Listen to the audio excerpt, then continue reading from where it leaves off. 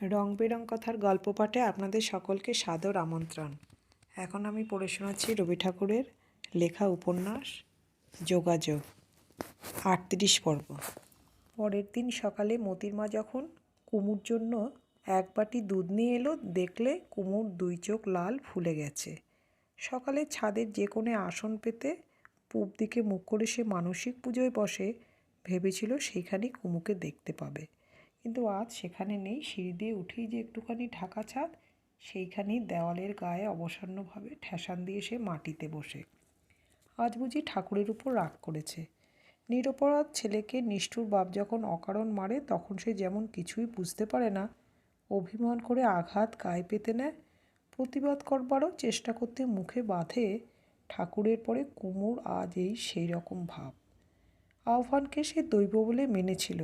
সে কি এই অসুচিতার মধ্যে, এই আন্তরিক অসতীত্বে ঠাকুর নারী বলি চান বলি শিকার ভুলিয়ে এনেছেন নাকি?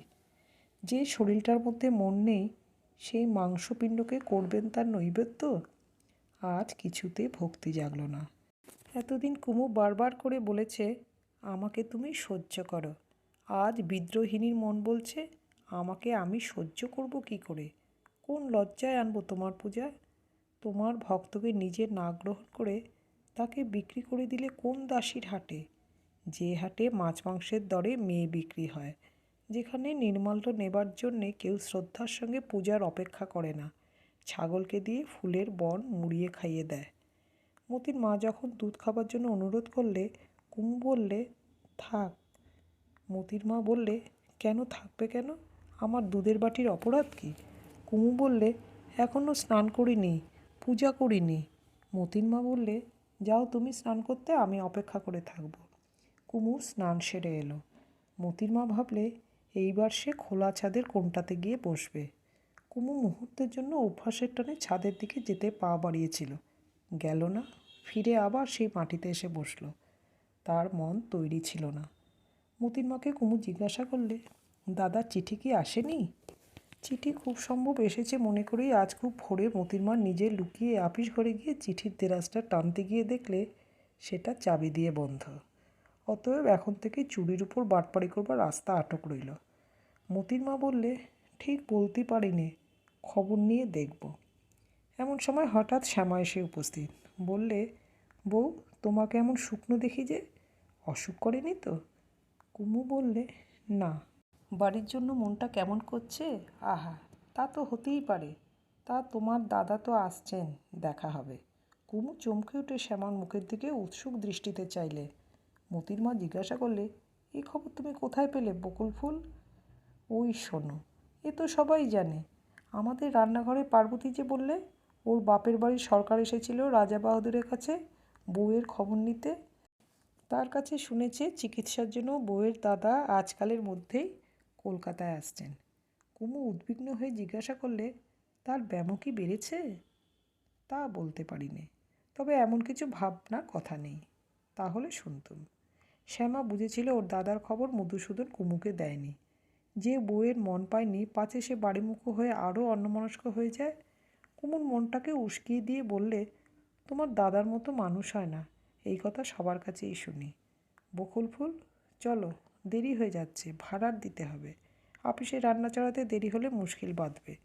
মতির মা দুধের বাটিটা আরেকবার কুমুর কাছে এগিয়ে নিয়ে বললে, দিদি, দুধ ঠান্ডা হয়ে যাচ্ছে, খেয়ে ফেলো লক্ষ্মীটি। এবার কুমু দুধ খেতে আপত্তি করলে না। মতির মা কানে কানে জিজ্ঞাসা করলে, ভাড়ার ঘরে যাবে আজ? কুমু বললে, আজ থাক, গোপালকে আমার কাছে একবার পাঠিয়ে দাও। একটা কালো কঠোর ক্ষুদিত জড়া বাইর থেকে কুমুকে গ্রাস করেছে রাহুর মতো। যে পরিণত বয়স শান্তস্নিগ্ধ শুভ্র সুগম্ভীর, এই তো তা নয়। যা লালায়িত, যার সংযমের শক্তি শিথিল, যার প্রেম বিষয়শক্তিরই স্বজাতীয়, তারই সেদাক্ত স্পর্শে কুমুর এত বিতৃষ্ণা। ওর স্বামীর বয়স বেশি বলে কুমুর কোনো আক্ষেপ ছিল না, কিন্তু সেই বয়স নিজের মর্যাদা ভুলেছে বলে তার এত পীড়া। সম্পূর্ণ আত্মনিবেদন একটা ফুলের মতো আলো হাওয়ায় মুক্তির মধ্যে সে পাকে। কাঁচা ফলকে যাতায় পিষলেই তো পাকে না। সময় পেল না বলেই আজ ওদের সম্বন্ধ কুমুকে এমন করে মারছে। এত অপমান করেছে, কোথায় পালাবে? মতির মাকে ওই যে বললে, গোপালকে ডেকে দাও, সে এই পালাবার পথ খোঁজা। বৃদ্ধ অসুচিতার কাছ থেকে নবীন নির্মলতার মধ্যে, দূষিত নিঃশ্বাস বাষ্প থেকে ফুলের বাগানের হাওয়ায়। একটা পাতলা তুলো ভরা ছিটের জামা গায়ে দিয়ে হাবলু সিঁড়ির দরজার কাছে এসে ভয়ে ভয়ে দাঁড়ালো। ওর মায়ের মতোই বড় বড় কালো চোখ, তেমনি জল ভরা মেঘের মতো সরস শ্যামলা রং, গাল দুটো ফুলো ফুলো, প্রায় ন্যাড়া করে চুল ছাঁটা। কুমু উঠে গিয়ে সংকুচিত হাবুলকে টেনে এনে বুকে চেপে ধরলে, বললে, দুষ্টু ছেলে, এই দুদিন আসিসনি কেন?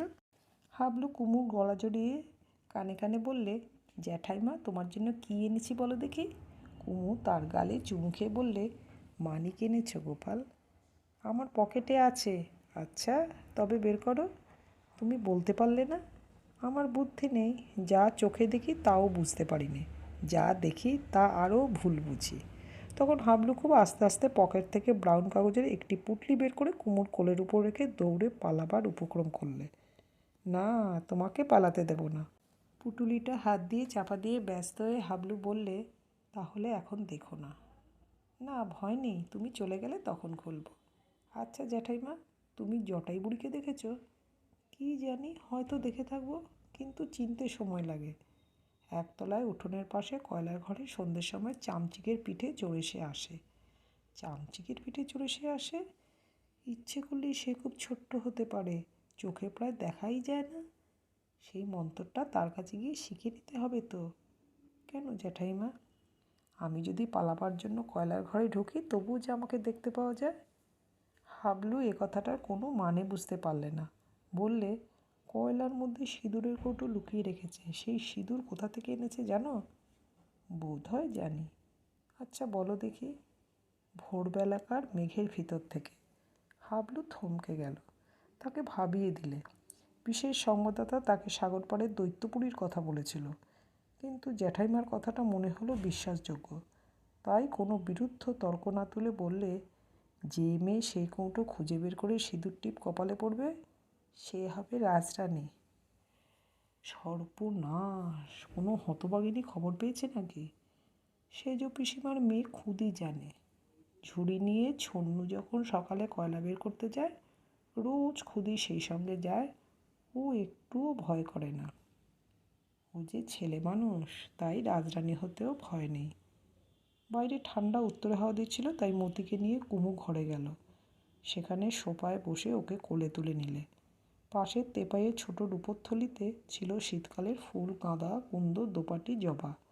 প্রতিদিনের জোগান মতো এই ফুলই মালির তোলা।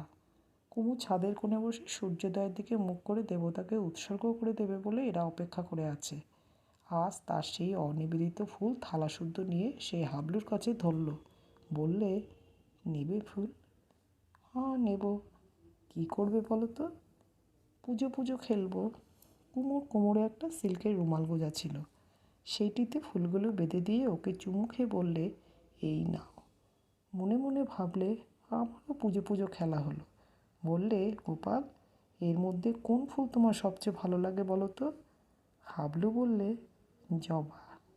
কেন জবা ভালো লাগে বলবো? বলো দেখি। ও যে ভোর না হতেই জটাই বুড়ি সিঁদুরে কৌটো থেকে রং চুরি করেছে। হাবলু খানিকক্ষণ গম্ভীর হয়ে বসে ভাবলে। হঠাৎ বলে উঠল, জ্যাঠাইমা, জবা ফুলের রং ঠিক তোমার শাড়ির এই লাল পাড়ের মতো। এইটুকুতে ওর মনের সব কথা বলা হয়ে গেল। এমন সময় হঠাৎ পিছনে দেখে মধুসূদন। পায়ের শব্দ পাওয়া যায়নি। এখন অন্তঃপুরে আসবার সময় নয়। এই সময়টাতে বাইরের আপিস ঘরে ব্যবসা ঘটিত কর্মের যত উচ্ছিষ্ট পরিশিষ্ট এসে জোটে। এই সময় দালাল আসে, উমেদার আসে, যত রকম খুচরো খবর ও কাগজপত্র নিয়ে সেক্রেটারি আসে। আসল কাজের চেয়ে এইসব উপরি কাজের ভিড় কম নয়।